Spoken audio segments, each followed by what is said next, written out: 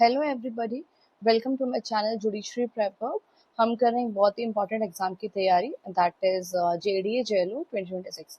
देखिए, जितने भी स्टूडेंट इस वीडियो को देख रहे हैं उनसे मैं रिक्वेस्ट करती हूँ इस वीडियो को लास्ट तक देखना, ठीक है। और जो भी स्टूडेंट्स जिन्होंने नोट्स लिए हैं उनको मैं ये बोलती हूँ, जब आपने नोट्स एक्चुअली ले ही लिए हैं तो वीडियोस के साथ साथ आपको नोट्स भी पढ़ने हैं और कम से कम 5-6 बार उसको रिवाइज करना है, ठीक है।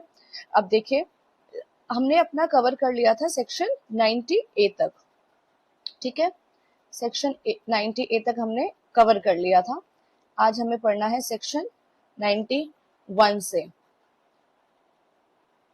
हाँ, अनऑथराइज्ड,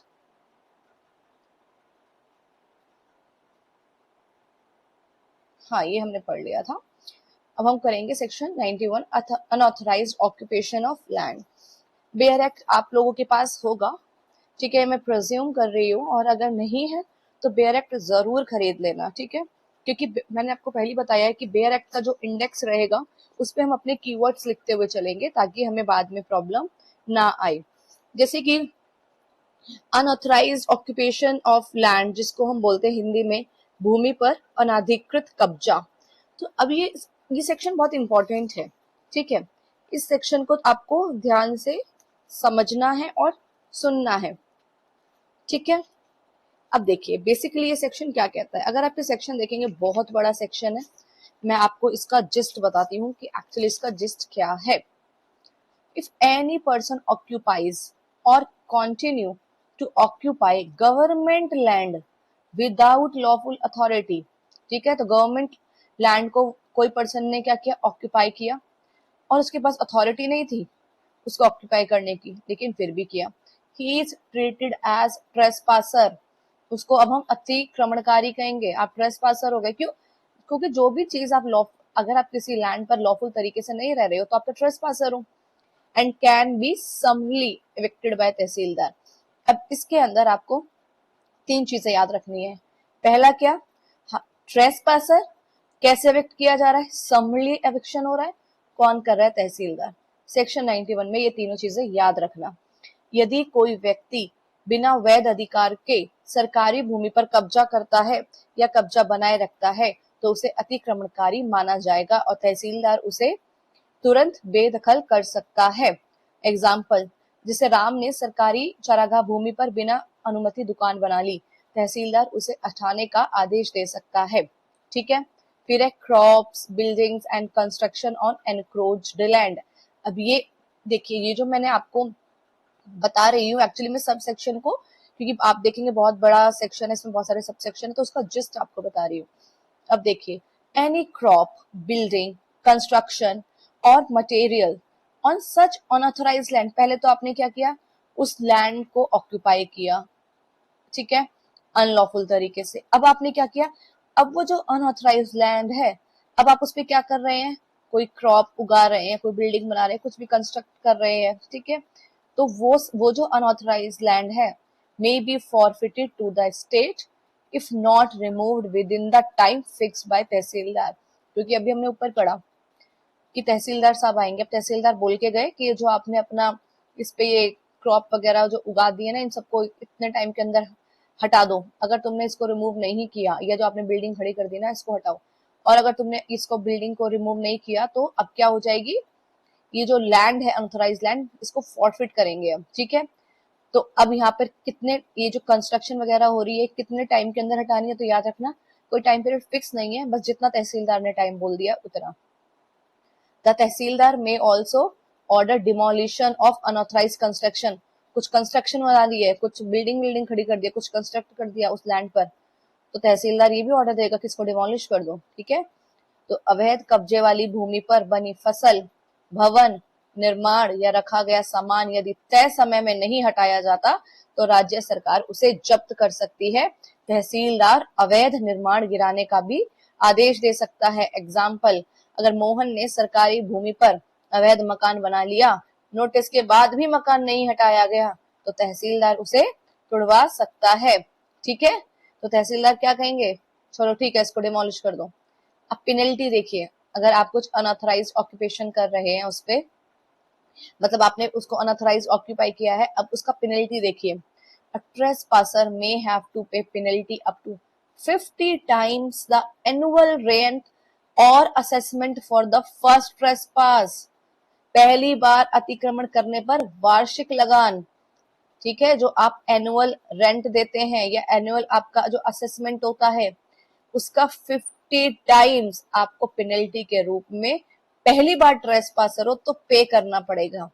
और रिपीटेड ट्रेसपास करे जा रहे हो, बार बार ट्रेसपास कर रहे हो, may also lead to civil imprisonment up to 3 months। अब ये बहुत बड़ा बहुत इंपॉर्टेंट पॉइंट है। अगर आप देखेंगे ना, ये civil imprisonment up to 3 months वाली जो बात की गई है, ये बात की गई है एक्चुअली सेक्शन 91 के सबसेक्शन 2 में, ठीक है। तो इस बात को आपको बहुत अच्छे से याद रखना है कि पहली बार अतिक्रमण करने पर वार्षिक लगान का 50 गुना तक जुर्माना लगाया जा सकता है और बार बार अतिक्रमण करने पर 3 महीने तक की सिविल जेल भी हो सकती है। जैसे कि श्याम ने सरकारी भूमि पर खेती कर ली, उस भूमि का वार्षिक लगान 2000 रुपए है। अब उस पर कितना लगाया जा सकता है, कितना जुर्माना लगाया जा सकता है? तो 1 लाख रुपए तक का जुर्माना लगाया जा सकता है, क्योंकि हमने बोला 50 टाइम्स और 2000 का 50 टाइम्स कितना होता है? 1 लाख, ठीक है। अब देखिए, रिलीज फॉर फाइलिंग अपील। अब ये सबसेक्शन कहता है इफ द ट्रेसपासर, ठीक है, wants to file an appeal। अब तहसीलदार ने ऑर्डर दे दिया कि आप इसको एविक्ट करो या डिमोलिशन का ऑर्डर दे दिया। अब ये सब जो ऑर्डर पास कर रहे हैं, अब तहसीलदार, अब जो ट्रेसपासर है उसके पास क्या रेमेडी है? If the trespasser wants to file an appeal, the tehsildar may temporarily release him on bond to allow sufficient time for filing appeal and obtaining stay order। ये बहुत इंपॉर्टेंट पॉइंट है। यदि अतिक्रमणकारी अपील करना चाहता है तो तहसीलदार उसे बॉन्ड पर अस्थायी रूप से छोड़ सकता है। देखिए कैसे टेम्पररी रिलीज कर रहे हैं उनको बॉन्ड पे, क्योंकि अभी हमने ऊपर क्या पढ़ा, उसकी क्या है, उसको सिविल इम्प्रिजनमेंट भी हो सकती है 3 महीने की। अगर उसको इम्प्रिजनमेंट हो गई तो अपील कैसे फाइल करेगा? इसीलिए वो कह रहा है कि मुझे अपील फाइल करनी है, तहसीलदार आप ऐसा करो, आप मुझे क्या करो, रिलीज कर दो बॉन्ड पर, ठीक है। तो तहसीलदार उसको टेम्पररी रिलीज कर देगा बॉन्ड पर और अलाउ करेगा, ठीक है। और इसको क्यों किया गया रिलीज? ताकि उसको सफिशिएंट टाइम मिल जाए अपील फाइल करने के लिए और स्टे ऑर्डर ऑब्टेन करने के लिए, ठीक है। वो ये भी तो कहेगा ना, मैंने इसमें मकान बनाया है और अब इसको तोड़ा जा रहा है, मैं अपील फाइल करता हूँ और वहां से स्टे ऑर्डर लेकर आता हूँ, ठीक है। तो यदि अतिक्रमणकारी अपील करना चाहता है तो तहसीलदार उसे बॉन्ड पर अस्थायी रूप से छोड़ सकता है। ये वर्ड याद रखना, टेम्पररी रिलीज और बॉन्ड पर, ठीक है, ताकि वह अपील और स्टे ऑर्डर ले सके, ठीक है। फिर है एग्जाम्पल, रवि को सिविल जेल भेजने का आदेश हुआ लेकिन उसने अपील करने की बात कही, तहसीलदार ने उसे कुछ समय के लिए बॉन्ड पर छोड़ दिया। देखो एक बात हमेशा याद रखना, तहसीलदार ने ही क्या किया है, ऑर्डर दिया है, और जब तहसीलदार ही उसको क्या कर रहा है, बॉन्ड पर रिलीज भी कर रहा है ताकि वो आगे अपील फाइल कर सके, ठीक है। तो आपको ये बात याद रखनी है। अब है removal of trespasser. If the trespasser neither vacates the land nor gives a satisfactory explanation, the tehsildar may remove him forcibly and take possession of the land with the police help if necessary। अब देखिए ये ट्रेसपासर है, अब ये खुद तो जा नहीं रहा है, ठीक है, और ना जाने का कोई रीजन भी नहीं दे रहा है, ठीक। तो अब इसको तहसीलदार हटवाना चाहते हैं। कैसे हटवा सकते हैं? तो यदि अतिक्रमणकारी भूमि खाली नहीं करता है और उचित कारण भी नहीं बताता है तो तहसीलदार उसे बलपूर्वक हटाकर भूमि पर कब्जा ले सकते हैं और आवश्यकता पड़ने पर पुलिस की सहायता भी ले सकते हैं। एग्जाम्पल देके, सीमा ने सरकारी भूमि खाली करने से मना कर दिया, अब तहसीलदार ने पुलिस की सहायता से कब्जा हटवा दिया। फिर है sale of certain encroached land. अब क्या होता है, in some specified cases instead of eviction tehsildar may allow the trespasser to purchase the land after payment of premium, assessment and penalty। अब क्या हो रहा है, तहसीलदार को लग रहा है कि अब क्या इसको खाली करवाएं, इस जगह से इसने मकान वगैरह बनवा लिया है, ठीक है। तो ऐसा करते हैं, इसको ऐसा कहते हैं कि तुम अब ये जमीन को खरीद ही लो, जो प्रीमियम पे करना है वो कर दो, ठीक है, पेनल्टी पे कर दो, ठीक है, असेसमेंट जो है वो दे दो, जो असेसमेंट हुआ है। तो ऐसा करने पर अब क्या एनक्रोच लैंड है, अब वो तहसीलदार को लग रहा है कि अब इसको हम बेच ही देते हैं इसी बंदे को। तो क्या हो रहा है, कुछ विशेष मामलों में, कुछ स्पेशल केसेस में तहसीलदार बेदखली की जगह, अब वो यहाँ पर एविक्ट नहीं कर रहा है उसको, एविक्शन की जगह क्या कर रहा है, बोला जुर्माना भर दो, प्रीमियम दे दो और लगान लेकर भूमि को अतिक्रमणकारी को भेज सकता है। ये बहुत इंपॉर्टेंट पॉइंट है, इसको याद रखना। जैसे कई वर्षों से कब्जे में पड़ी छोटी सरकारी भूमि को नियमों के अनुसार प्रीमियम लेकर कब्जाधारी को दे दिया गया। अब देखिए criminal punishment for encroachment. A person, देखिए a person illegally occupying land may face criminal punishment ranging from 1 month to 3 years imprisonment। अभी हमने ऊपर जो पढ़ी थी imprisonment वो सिविल पढ़ी थी। देखो ये छोटी छोटी चीजें जो मैं आपको बता रही हूँ ना, ये ही काम आने वाली है। और ट्रस्ट मी, जैसे मैं आपको ये एक एक चीज को एक्सप्लेन करके बता रही हूँ ना, जिसने भी ये लेक्चर्स देख लिए उनके लोकल लॉज में तो कुछ गलत होने वाला है ही नहीं, ठीक है। मैंने सारा ही आपको यूट्यूब पे एक एक पॉइंट पढ़ा दिया है, ठीक है। तो इसीलिए ये जैसे मैं आपको पढ़ा रही हूँ ना, इन सब चीजों का फायदा उठाओ, ठीक है। इसको आप यूज करो, लेके बैठ जाओ अपना बेयर एक्ट, जैसे जैसे मैंने आपको पढ़ाया उसको अंडरलाइन करते हुए जाओ। जैसे यहाँ पे क्रिमिनल पनिशमेंट लिखा है, लेकिन भूलो मत ऊपर हमने क्या पढ़ा था, ऊपर हमने सिविल इम्प्रिजनमेंट पढ़ी थी कि उसको क्या कर सकते हैं, 3 महीने तक की सिविल इम्प्रिजनमेंट भी दे सकते हैं। देखिए ये रहा सिविल इम्प्रिजनमेंट वाली बात जो कि सबसेक्शन 2 में की गई है, लेकिन वहीं पर इस सेक्शन में ये भी कह दिया गया क्रिमिनल पनिशमेंट भी मिल सकती है आपको एनक्रोचमेंट अगर आप कर रहे हो तो कैसे जो आपको सिविल क्रिमिनल इम्प्रिजनमेंट मिल रही है तो वो 1 महीने से लेकर 3 साल तक की हो सकती है, साथ के साथ 20,000 रुपए तक का जुर्माना भी लग सकता है। फाइन अप टू 20,000 मतलब 20,000 रुपए तक का जुर्माना लग सकता है।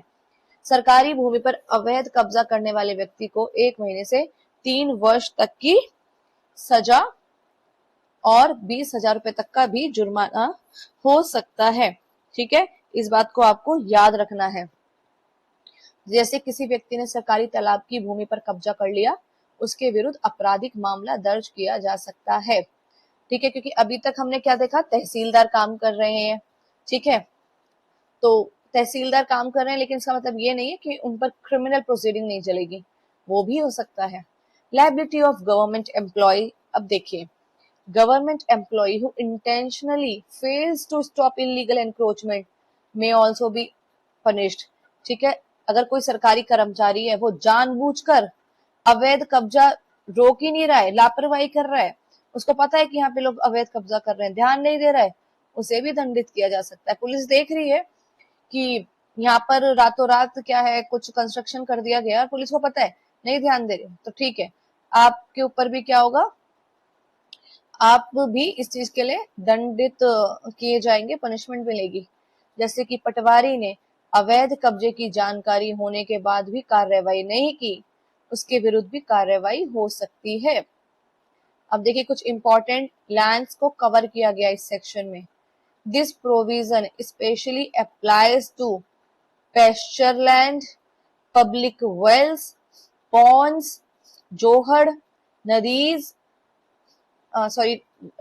नारीज एंड अदर पब्लिक लैंड्स, ठीक है।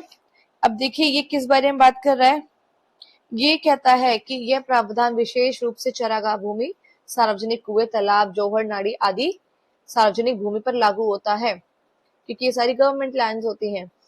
गांव के जोहड़ पर कब्जा करने वाला व्यक्ति सेक्शन 91 के अंतर्गत क्या है, हटाया जा सकता है।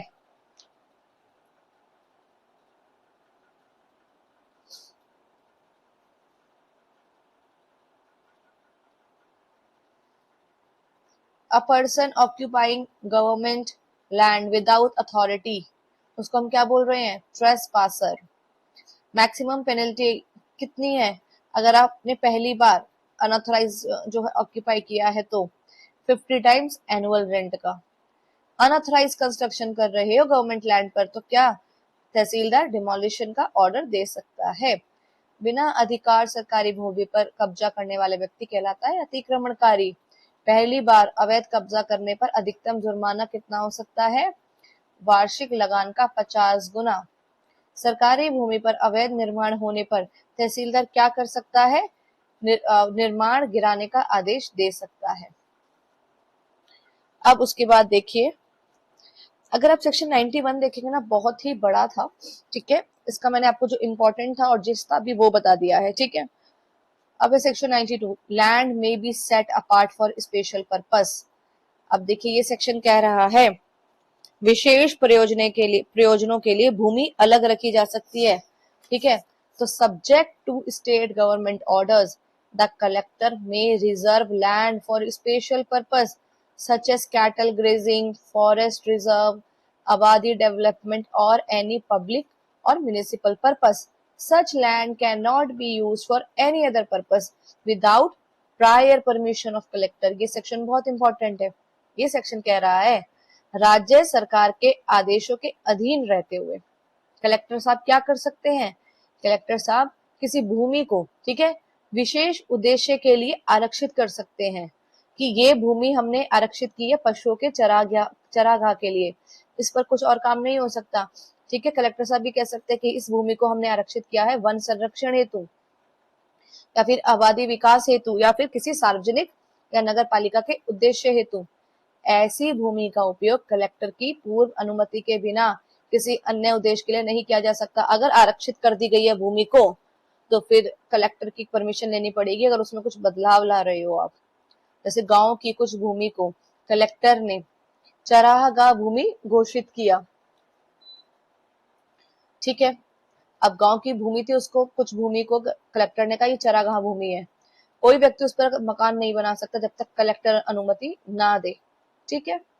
फिर है सेक्शन 93। देखो जैसे मैंने आपको सेक्शन 92 में बताया ना, इसमें लिख दो अथॉरिटी किसके पास है? कलेक्टर के पास।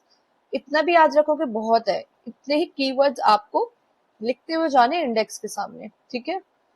और एक और तरीका मैं आपको बता देती हूँ, इंडेक्स है ना, उसका फोटो स्टेट करा के अपने पास रख लो। देखो यार, मैं बिल्कुल प्रैक्टिकल चीजें शेयर करती हूँ, मैं कुछ भी ऐसा नहीं कहती हूँ मुझे जो लगता है कि रियल लाइफ में वो पॉसिबल हो। जैसे होता है ना कि आप ऐसा कर लो वैसा कर लो, नहीं, जो एक्चुअली प्रैक्टिकल है वही काम करो। अगर आप पहले माइनर लॉ पढ़ो, बाद में पढ़ो, दोनों साथ में पढ़ो, जैसे टाइम मिल रहा है वैसे पढ़ो, लेकिन जब पढ़ रहे हो तो उसको एक अप्रोच के साथ पढ़ो कि जो भी उस सेक्शन में आपको इंपॉर्टेंट लगा उसको जाके इंडेक्स पे नोट डाउन कर लो, क्योंकि अभी सब कुछ समझ आ रहा है, जब बाद में पढ़ने बैठोगे तो एक एक सेक्शन पे वापस जाना पड़ेगा, ठीक है। तो रिवीजन के टाइम पे सिर्फ इंडेक्स पढ़ना और ट्रस्ट मी 1 घंटे में पूरा BR रिवाइज हो जाएगा आपका। अब देखिए रेगुलेशन ऑफ यूज ऑफ पैस्चरेज। देखिए ये सेक्शन क्या बात कर रहा है? सेक्शन 93 चरागाह के उपयोग का विनियमन, ठीक है, उसको रेगुलेट कैसे करना है। The right to graze cattle on pasture land belongs only to the cattle of the village for which the land is reserved. Grazing is regulated according to the state government rules. चरागाह भूमि पर चराई का अधिकार केवल उसी गांव के पशुओं का होगा जिसके लिए वह भूमि आरक्षित की गई है। अगर विलेज ए के गांव के जो लोग हैं, ठीक है, अगर भूमि उनके पशुओं के लिए आरक्षित की गई है तो विलेज बी के जो विलेजर्स हैं वो अपने पशुओं को लाके वहां नहीं चरा सकते हैं, ठीक है। जिसके लिए अलॉट हुई है सिर्फ वही उन्हीं के पशु आके चरा सकते हैं। Grazing is regulated according to state government rules. और ये जो चराई है ये किसके नियमों के अनुसार नियंत्रित होगी? याद रखना, स्टेट गवर्नमेंट रूल्स। तो फिर हमें यहाँ पे अथॉरिटी कौन नजर आ रही है पैस्चरेज को रेगुलेट करने के लिए? State government. जैसे एक गांव की गोचर भूमि पर दूसरे गांव के लोग अपने पशु नहीं चरा सकते यदि नियम इसकी अनुमति ना दे। Section 94 powers to regulate control and management of forest growth. वनों की उपज का विनियमन, प्रबंध एवं नियंत्रण करने की शक्ति। The state government may make rules to prevent deforestation and regulate use of forest growth. Violation may lead to penalty up to ₹1,000 and continuing breach may attract daily penalty. राज्य सरकार वनों की कटाई रोकने और वन संपदा के उपयोग को नियंत्रित करने हेतु नियम बना सकते हैं और नियम तोड़ने पर 1,000 रुपए तक का जुर्माना तथा लगातार उल्लंघन करने पर प्रतिदिन अतिरिक्त जुर्माना लगाया जा सकता है। ठीक है, तो सेक्शन 94 के सामने यहाँ पे जो हम बात कर रहे हैं, ठीक है, जो फॉरेस्ट प्रोटेक्शन रूल की, तो उसमें लिख लीजिए पेनल्टी 1,000 रुपए तक की जा सकती है और डेली पेनल्टी भी लग सकती है। ठीक है, और इसके रिगार्डिंग कौन रूल बना रहा है? State government. ठीक है, फिर देखिए, जैसे किसी व्यक्ति ने बिना अनुमति जंगल के पेड़ काट दिए, उस पर जुर्माना लगाया जा सकता है। देखो, ये जो मैं आपको एग्जाम्पल पढ़ाती हूँ ना साथ में, मैं इसलिए बताती हूँ कि आप ना इसको कनेक्ट कर पाए। अगर किसी कोई व्यक्ति है, अगर वो जंगल से पेड़ काट रहा है बिना अनुमति के, तो ठीक है, आप अब उसको किस एक्ट के तहत लायबल ठहराएंगे? तो आपके माइंड में तुरंत आएगा, अच्छा ये हमने पढ़ा था राजस्थान लैंड रेवेन्यू एक्ट में कि अगर कोई व्यक्ति बिना अनुमति के जंगल के पेड़ काट देगा तो उस पर डेली का उस पर 1,000 रुपए तक की पेनल्टी लगाई जा सकती है और डेली भी जुर्माना लग सकता है। ये हमने पढ़ा था राजस्थान लैंड रेवेन्यू एक्ट में। मैं इसीलिए एग्जाम्पल कराती हूँ ताकि आप कनेक्ट कर पाए।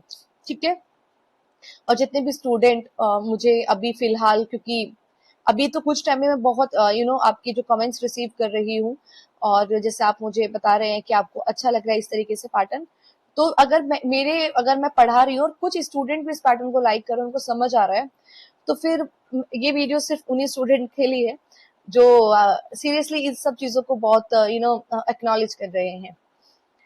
और मुझे मतलब मैं 100% श्योर हूँ कि वो स्टूडेंट जरूर एग्जाम को निकालेंगे, क्योंकि वो बहुत पेशेंस के साथ इस लेक्चर को पढ़ रहे हैं। वो लोग वो लेक्चर नहीं देख रहे हैं कि 1 घंटे में रैपिड रिवीजन और आपने एक्ट खत्म कर लिया। नहीं, कभी भी 1 घंटे वाला रैपिड रिवीजन पहले मत देखो। पहले आप उस एक्ट को पूरा पढ़ो, एक एक सेक्शन को, उसके बाद रैपिड रिवीजन होता है। और मैं भी रैपिड रिवीजन ले आऊंगी जैसे ही हमारे सारे एक्ट्स खत्म हो जाएंगे। ठीक है, ये भी ऑलमोस्ट होने वाला है। फिर है कंपनसेशन फ्रॉम पेनल्टी अमाउंट। अब देखिए, the court may use the recovered penalty amount to compensate affected person और for improvement of forest growth. न्यायालय वसूली गई राशि का उपयोग प्रभावित व्यक्तियों को मुआवजा देने या वन विकास के लिए कर सकता है। अब देखिए, आपने ये पेनल्टी तो ले ली, ठीक है, जब पेड़ काटा गया 1,000 पेनल्टी तो ले ली। अब उस पेनल्टी को कहाँ यूज कर रहे हो? तो इसने बता दिया कि इस पेनल्टी को आप यूज कर सकते हो जिसके आपने पेड़ काटे थे, उस अफेक्टेड पर्सन को आप उसको कंपनसेट कर दोगे, पैसे दे दोगे, या फिर फॉरेस्ट की ग्रोथ को इम्प्रूव करने के लिए भी आप उस पैसे का यूज कर सकते हैं। ठीक है, ये एक अभी फिलहाल ऐसा सेक्शन है जिसने बता दिया कि पेनल्टी ले रहे हो तो उसको कहाँ यूज कर सकते हो, डिफॉरेस्टेशन वाले केस में। ठीक है, जैसे कि अवैध कटाई से गांव वालों को नुकसान हो गया, तो कोर्ट क्या है, फिर जुर्माने की राशि से उन्हें मुआवजा दिला सकती है। फिर है confiscation of timber. Court may confiscate and sell illegally cut timber और फॉरेस्ट प्रोड्यूस। न्यायालय अवैध रूप से काटी गई लकड़ी या वन उपज को जब्त करके बेच सकता है। एग्जाम्पल, अगर किसी ने बिना अनुमति के कोई लकड़ियों को काट दिया है तो सरकार द्वारा उसको क्या है, जब्त भी किया जा सकता है। इसीलिए इसको आप याद रखना, कॉन्फिस्केशन। फिर है government protection of forest. If serious violation occurs, the collector may declare that the forest will be protected directly by the state government।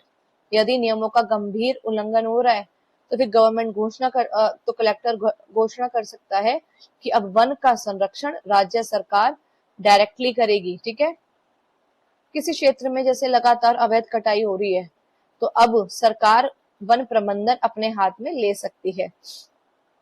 Exclusion from forest possession. The collector may remove an estate holder or person from possession of forest land after inquiry and hearing। Collector जांच और सुनवाई के बाद किसी व्यक्ति या जागीरदार को one भूमि के कब्जे से हटा सकता है। देखिए कितना इंपॉर्टेंट है। Collector may remove an estate holder or person from possession of forest land after inquiry hearing। कौन हटा रहे हैं? कलेक्टर साहब हटा रहे हैं। Exclusion from forest possession. ठीक है, कलेक्टर ने क्या किया, जांच की, सुनवाई भी की, उसके बाद अब व्यक्ति है या कोई जागीरदार है उसको वन भूमि के कब्जे से हटा सकता है। ठीक है, अब वन की भूमि को कब्जा वन है ठीक है, तो उस वन की भूमि का कब्जा किसी व्यक्ति को दे रखा था, अब लग रहा है कि वो ठीक से नहीं है, तो फिर वन भूमि का दुरुपयोग करने वाले व्यक्ति को कब्जे से बेदखल किया जा सकता है। फिर restriction on cutting trees after government protection is declared. ठीक है, अब no person can cut timber और ब्रशवुड फॉर सेल और outside use without collector permission. अब क्या है, अगर सरकारी संरक्षण घोषित हो गया है कि अब गवर्नमेंट इसको प्रोटेक्ट करेगी, तो अब क्या है, कलेक्टर की अनुमति के बिना कोई भी व्यक्ति लकड़ी नहीं काटेगा अब। ठीक है, अब अलाउ नहीं है लकड़ी काटना, अब तो आपको कलेक्टर की अनुमति लेकर आनी होगी। किस केस में, जब गवर्नमेंट की प्रोटेक्शन डिक्लेयर हो गई है कि अब उसको जो प्रोटेक्ट कर रहा है वन को, वो गवर्नमेंट प्रोटेक्ट कर रही है, अब अगर आपको लकड़ी काटनी है तो कलेक्टर की परमिशन लेकर आओ। सरकारी संरक्षण वाले क्षेत्र जंगल में लकड़ी बेचने के लिए काटना अवैध होगा। ठीक है, अब मेरी बात आप मानो तो सेक्शन, क्योंकि ये जो सेक्शन है ये काफी बड़ा है, तो इसके आप कीवर्ड लिख लेना उसके सामने। ठीक है, इस तरीके से कीवर्ड्स को, मतलब जो 4-5 कीवर्ड्स है उसको लिख लेना। Direction management by government if sufficient cause is not shown, the government may take direct management of forest land for a fix period. और अगर उचित कारण प्रस्तुत नहीं किया जाता तो कलेक्टर निश्चित अवधि के लिए वन भूमि का प्रत्यक्ष प्रबंधन अपने हाथ में ले सकता है। लगातार अगर कोई वन के नियमों को तोड़ रहा है तो लगातार वन नियम तोड़ने पर सरकार वन क्षेत्र का संचालन भी स्वयं कर सकती है, हमने पढ़ा। ठीक है, अब उसके बाद हमारा section 94A road side trees. ठीक है, ये जो सड़क के किनारे वृक्ष हैं उससे रिलेटेड देखिए, road side trees planted by the government और from local funds belongs to state government. सरकार या स्थानीय निधि से लगाए गए सड़क किनारे के पेड़ राज्य सरकार की संपत्ति होती है। आपने देखा है ना, कभी कभी वो जो पौधे लगे होते हैं साइड में और वहां कुछ लोग आते हैं और उनको उठा के ले जाते हैं, नहीं वो आपकी प्रॉपर्टी नहीं है, वो स्टेट गवर्नमेंट की प्रॉपर्टी है। ठीक है, सड़क किनारे लगाए गए नीम के पेड़ सरकार की संपत्ति मानी जाएगी। फिर है टिम्बर ऑफ फॉलन और cut trees if road side trees die fall और cut by the collector's order the timber belongs to state government. ठीक है, यदि सड़क किनारे कोई पेड़ गिर भी गया है या वो पेड़ क्या है सूख गया है या फिर कलेक्टर के आदेश से उसको काटा जा रहा है, तो जो उसकी लकड़ी है ना वो सरकार की होगी। आंधी में गिरा सरकारी सड़क किनारे का पेड़ सरकार की संपत्ति होगा। Section 94B recovery of value of trees unauthorised appropriated अनअधिकृत रूप से विनियुक्त पेड़ों आदि के मूल्यों की वसूली। A person who illegally cuts sells or removes out roadside trees or natural products must pay their value to the government. The amount is recoverable as arrear of land revenue.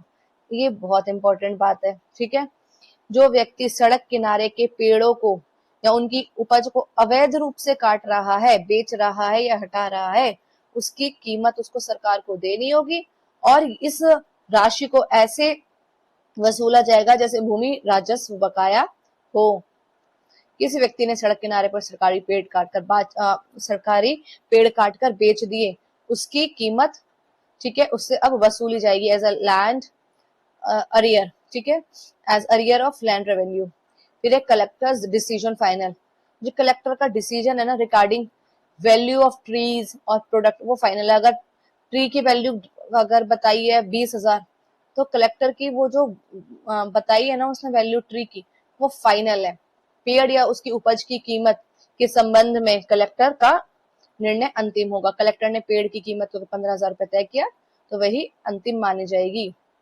ठीक है, फिर इसके एमसीक्यू देखिए। Land reserve for grazing cattle, जो land grazing cattle के लिए reserve की जाती है उसको क्या कहा जाता है, पेस्चर लैंड। जो रोड साइड ट्रीज होते हैं जो गवर्नमेंट प्लांट करती है वो किसको बिलोंग करते हैं, स्टेट गवर्नमेंट को। अगर आप इलीगली कट कर रहे हो फॉरेस्ट के ट्री को तो क्या होगा, फिर आपको पेनल्टी, ठीक है, पेनल्टी लग सकती है और उसको कॉन्फिस्केट भी किया जा सकता है। पशुओं की चराई हेतु आरक्षित भूमि क्या कहलाती है? चरागाह भूमि। सरकार द्वारा लगाए गए सड़क किनारे के पेड़ किसकी संपत्ति होती है? राज्य सरकार। अवैध रूप से पेड़ काटने पर क्या हो सकता है? जुर्माना और जब्ती। फिर है सेक्शन 95, डेवलपमेंट ऑफ आबादी। ठीक है, आबादी का विकास। देखिए, rules for abadi and nazul land. अब देखिए, the state government may make rules. अब स्टेट गवर्नमेंट रूल्स बना सकते हैं किसके रिगार्डिंग?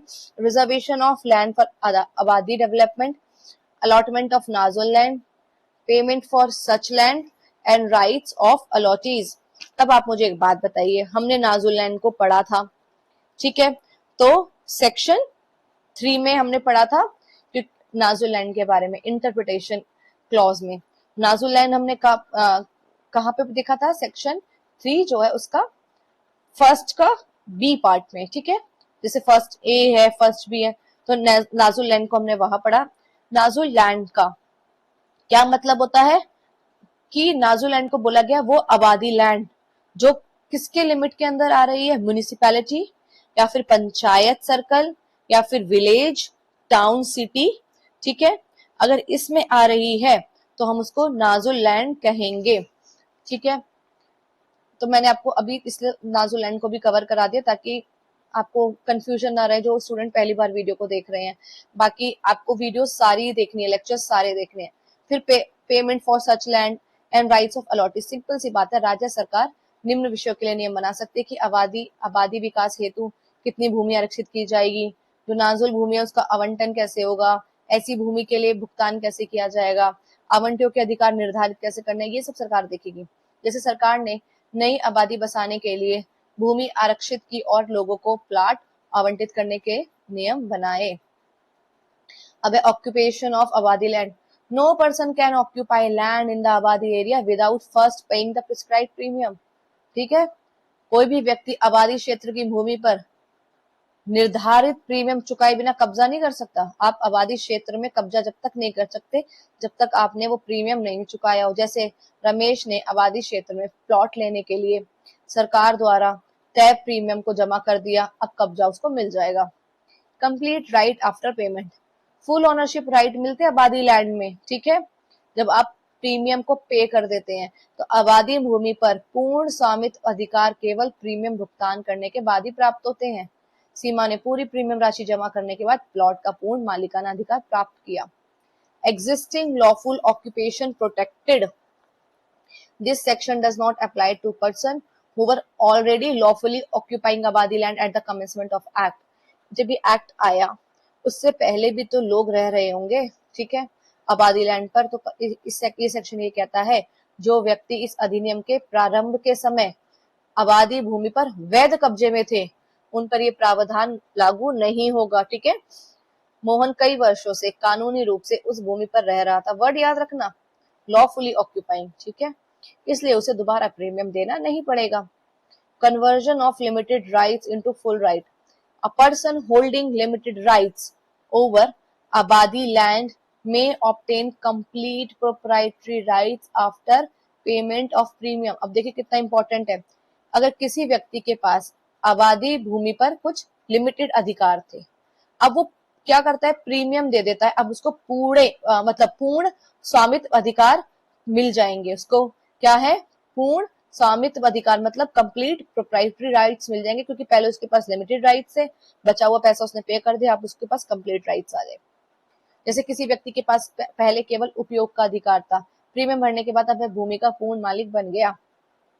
अनऑथराइज्ड ऑक्यूपेशन और construction. A person who occupies abadi land illegally. देखो मैं आपको एक बात बताती हूँ, यहाँ पर भी लैंड को इलीगली क्या किया, ऑक्यूपाई किया जा रहा है, लेकिन आबादी लैंड की बात हो रही है। इससे पहले हम किसको डिस्कस कर रहे थे, जो इलीगली लैंड को ऑक्यूपाई किया जा रहा था, गवर्नमेंट लैंड को, ठीक है। तो आपको इस तरीके से याद रखना है कि कहाँ किस लैंड के बारे में बात की जा रही है, ठीक है। A person who occupies abadi land illegally और makes unauthorised construction shall be treated as a trespasser, ठीक है। इलीगली लैंड पर कब्जा कर रहे हो, चाहे वो आबादी लैंड हो या वो गवर्नमेंट की लैंड हो, आप ट्रेसपासर कहलाएंगे, आप अतिक्रमणकारी कहलाएंगे। जो व्यक्ति आबादी भूमि पर अवैध कब्जा करता है या बिना अनुमति निर्माण करता है उसे अतिक्रमणकारी माना जाएगा। जैसे राजू ने बिना अनुमति सरकारी आबादी भूमि पर दुकान बना ली, इसलिए अब उसको ट्रेसपासर माना जाएगा। तो देखिए एप्लीकेशन ऑफ सेक्शन 91 की बात करें तो अनऑथराइज्ड ऑक्यूपेंट्स इन आबादी land are dealt with under section 91 relating to trespass and eviction. आबादी भूमि पर अवैध कब्जा करने वालों पर सेक्शन 91 के अनुसार बेदखली और दंड की कार्रवाई होगी। देखिए अब इसमें ये बताया गया अगर वो ट्रेसपासर है, अब ट्रेसपासर है तो उस पर कौन से रूल अप्लाई करेंगे, तो फिर ये कहा गया उन पर फिर सेक्शन 91 को अप्लाई कर देना। अगर आबादी लैंड है, ठीक है, उस पर भी अनऑथराइज ऑक्यूपेंट है, तो उनपे कौन से एविक्शन के रूल्स और ट्रेसपास के रूल लगेंगे, तो वही का सेक्शन 91 वाले आप अप्लाई कर देना, ठीक है। जबकि हम कौन सा सेक्शन पढ़ रहे हैं, सेक्शन 95 पढ़ रहे हैं, लेकिन 95 कह रहा है अगर आबादी लैंड पर इलीगली कब्जा कर रहे हो तो सेक्शन 91 अप्लाई हो जाएगा, ठीक है, याद रखना। तहसीलदार ने अवैध कब्जाधारी को नोटिस देकर भूमि खाली कराई, क्योंकि सेक्शन 91 में तहसीलदार के पास पावर है कि वो समली एविक्टेड करा सकता है। फिर है penalty amount to local authority. Penalty amount to local authority. Assessment and penalty recovered from trespassers on such land shall go to the fund of the local authority.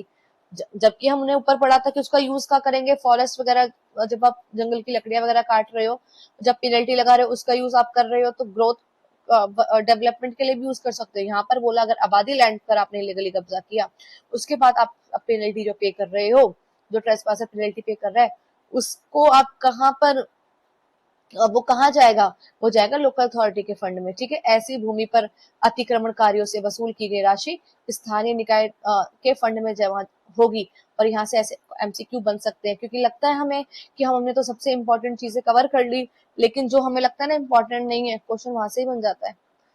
नगर पालिका भूमि पर अवैध कब्जे से वसूला गया जुर्माना नगर पालिका को दिया गया। तो ठीक है, आज हमने सेक्शन 95 तक कवर कर लिया है। अगर आपको ये लेक्चर अच्छा लगा हो तो एक अच्छा सा कमेंट जरूर कीजिएगा, और अपने फ्रेंड्स के साथ इस वीडियो को शेयर जरूर कीजिएगा, और चैनल को जरूर सब्सक्राइब कर लीजिएगा, ठीक है। That's all for today, bye bye, take care.